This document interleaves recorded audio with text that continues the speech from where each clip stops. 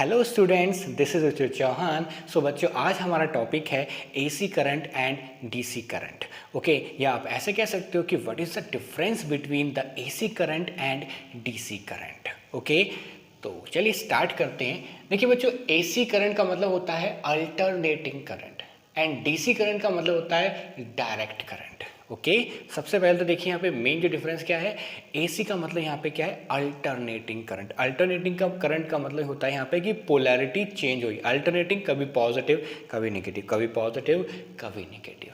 But direct current का मतलब होता है क्या है कि एकदम बिल्कुल स्ट्रेट, मतलब पोलैरिटी चेंज ना कहे, पोलैरिटी चेंज ना करें, एक ही डायरेक्शन, मतलब अगर पॉजिटिव है तो पॉजिटिव, अगर नेगेटिव है तो नेगेटिव ही रहेगा।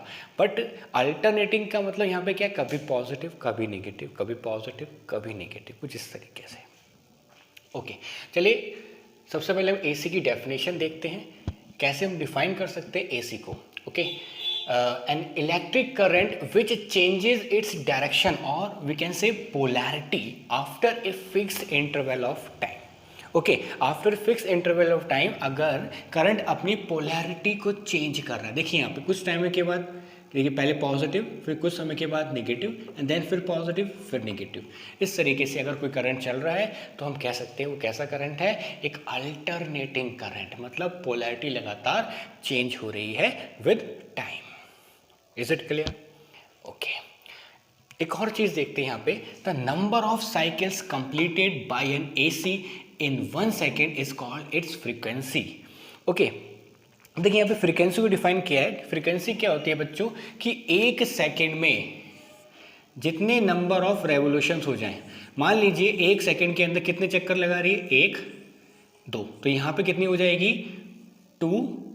देखो फ्रीक्वेंसी, देखिए यहाँ पे फ्रीक्वेंसी का फॉर्मूला क्या होता है, number of revolutions per unit time या 1 second. Number of revolutions in 1 second, कितने नंबर ऑफ रेवोल्यूशंस हो गए इसके, ये हो गया 1 कंप्लीट रेवोल्यूशन, फिर ये हो गया 2 कंप्लीट रेवोल्यूशन। तो मान लीजिए अगर 1 सेकेंड में 2 रेवोल्यूशंस हो गए तो कितनी फ्रीक्वेंसी हो गई इसकी, 2 हर्ट्स। टाइम तो हमारा 1 सेकेंड है। ओके, तो यहाँ पर वही बताया जा रहा है कि number of cycles completed by N AC in 1 second is called its frequency. अब हमारे जो इंडिया में होती है बच्चों, हमारे जो इंडिया में है फ्रीक्वेंसी कितनी होती है, 50 हर्ट्ज। ये याद रखना, कई बार पूछा भी जाता है बोर्ड एग्जामिनेशंस में कि इंडिया के अंदर फ्रीक्वेंसी क्या होती है बच्चों, इंडिया के अंदर होती है फ्रीक्वेंसी 50 हर्ट्ज। अब इसका क्या मतलब, 50 हर्ट्ज का मतलब समझ रहे हैं कि 1 सेकेंड वो कितने रेवोल्यूशन कंप्लीट कर रही है, 50।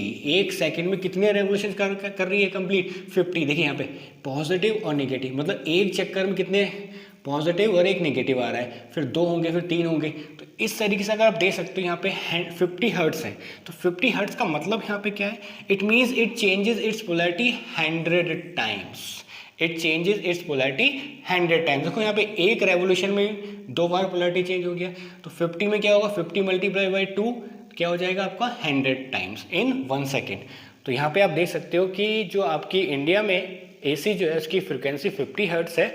1 सेकेंड के अंदर 1 सेकेंड में कितनी बार पोलैरिटी चेंज करती है, 100 टाइम्स। ओके, तो ये बात आपको क्लियर होनी चाहिए। नेक्स्ट आता है आपका डीसी करंट। देखिए डीसी को कैसे डिफाइन किया हमने, N electric current which always flow in the same direction is called direct current. तो कोई करंट अगर सेम डायरेक्शन में फ्लो करता है without changing their polarity, then that type of current is called direct current.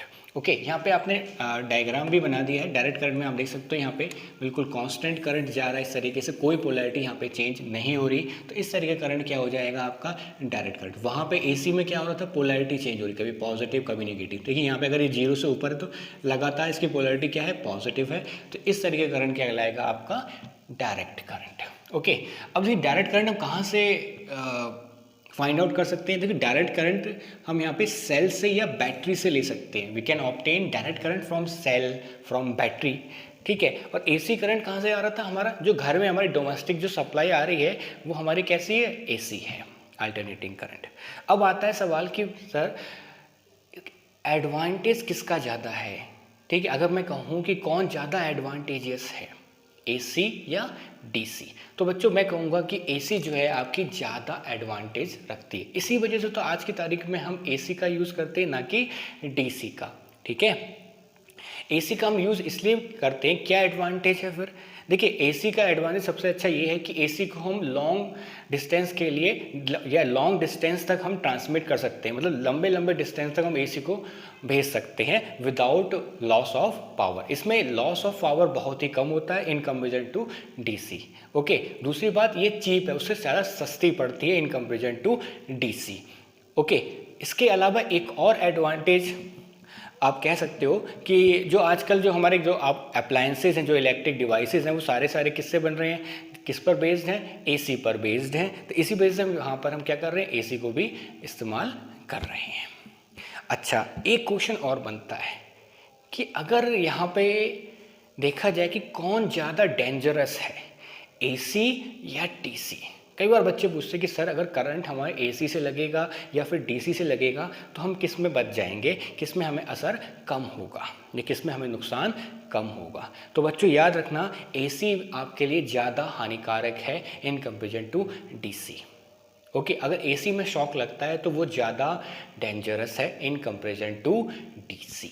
याद रखो बच्चों, अगर मान लीजिए जैसे घर में हमारी सप्लाई आती है वो 220 वोल्ट आती है। अब ये मान लीजिए एसी है और ऐसी हमने डीसी भी ले ली 220 वोल्ट। बच्चों एक बात याद रखो, एसी क्या होती है, एसी में फ्रीक्वेंसी होती है। ठीक है, कभी पॉजिटिव यहाँ पे कभी पीक पे जाएगी, फिर जीरो भी हो जाएगा, फिर नीचे में पीक पे नेगेटिव में जाएगी, फिर पीक पे जाएगी। तो बच्चों जो एसी की जो पीक वैल्यू होती है ना, एसी की जो पीक वैल्यू होती है वो होती है 311 वोल्ट, वो ज़्यादा होती है। पर डीसी की जो पीक वैल्यू होती है वो 220 वोल्ट ही होती है। तो कहीं ना कहीं ये जो करंट होगा, इससे जो करंट लगेगा वो ज़्यादा पावरफुल होगा। तो अगर यहाँ पे अगर आप लग गए, इसका अगर आपको करंट लग गया तो कहीं ना कहीं ये ज़्यादा नुकसान देने वाला है। साथ में एक और चीज़ देख सकते हो, अगर कोई किसी को एसी पकड़ लेता है, एसी के थ्रू करंट लग गया है किसी को, तो क्या होगा, देखो उसको बहुत मल्टीपल कह सकते हो झटके लगते हैं इस तरीके से, पॉजिटिव नेगेटिव पॉजिटिव नेगेटिव, और ये पॉजिटिव नेगेटिव बहुत फास्ट हो रहा है, बहुत फास्ट, फ्रिक्वेंसी बहुत ज़्यादा है। तो यहाँ पे क्या हो रहा है, उसको मल्टीपल शॉक्स लगेंगे। अब देखिए जिस बंदे की अगर मान लीजिए किसी की डेथ हो गई जस्ट बिकॉज ऑफ एसी, तो देखोगे उसके पूरे शरीर पे निशान बने होंगे। और मान लीजिए किसी को डीसी करंट लग गया तो देखोगे डीसी करंट में क्या होता है, जहाँ से करंट लगा, मान लीजिए कोई वायर है, डीसी जा रहा है, उसमें सप्लाई जा रही है, और अगर आपने उस वायर को टच कर दिया, अगर वो नेकेड वायर है तो क्या होगा, आप वहीं पर चिपक जाओगे।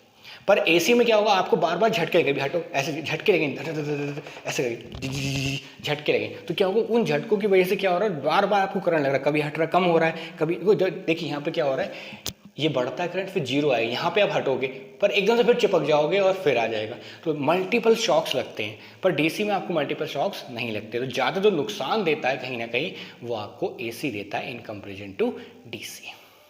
तो मुझे लगता है आपको यहाँ पे डिफरेंस समझ में आ गया होगा कि एसी क्या होता है, डीसी क्या होता है, किसके क्या एडवांटेजेस हैं, किसके क्या डिसएडवांटेजेस हैं, साथ में कौन ज़्यादा हार्मफुल है। अगर करंट किसका, अगर एसी का करंट लग जाए तो क्या इफेक्ट होगा और डीसी का लग जाए तो क्या होगा। एसी में बच्चों आदमी चिपकता नहीं है और डीसी में आदमी एकदम से चिपक जाता है।